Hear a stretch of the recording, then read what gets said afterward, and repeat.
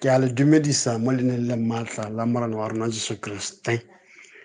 Charismatic Renewal ya kgaolo ya Francistown le Gaborone ba le amogela mo letsatsi la bosupa la go itima dijo le borapedi la malatsi a beetsweng ko thoko a 20 mo ngwageng o mošwa wa 2021.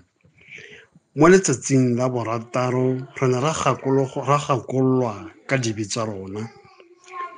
Mo letsatsing la bosupa re bolelwa gore go sego ba ba pelo diphepa kgotsa ba ba pelo ditshweu. Lefoko la gompieko le mo go Mathayo wa 5:8 le le reng go sego ba ba pelo diphepa gonne ba tla bona Modimo. Bophepa jwa dipelo bo simologa fa rona re lemoga fa re leofile kgotsa re se phepa mo moweng.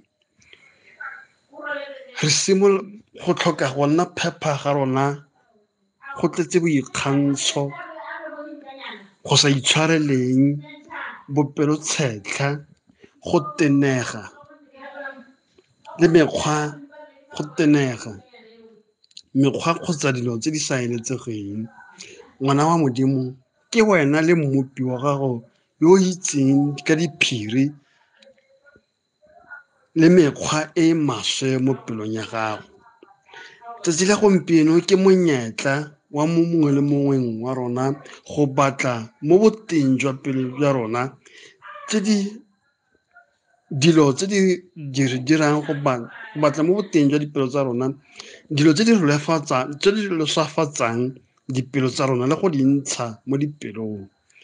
Bokgaitsadi, mo tsatsing la bosupa la go rapela le go itima dijo, a re tlhatlhanyeng ka boteng jwa pelo dilo tse di re lofisang le tse di dirang gore dipelo tsa rona di nne maswe.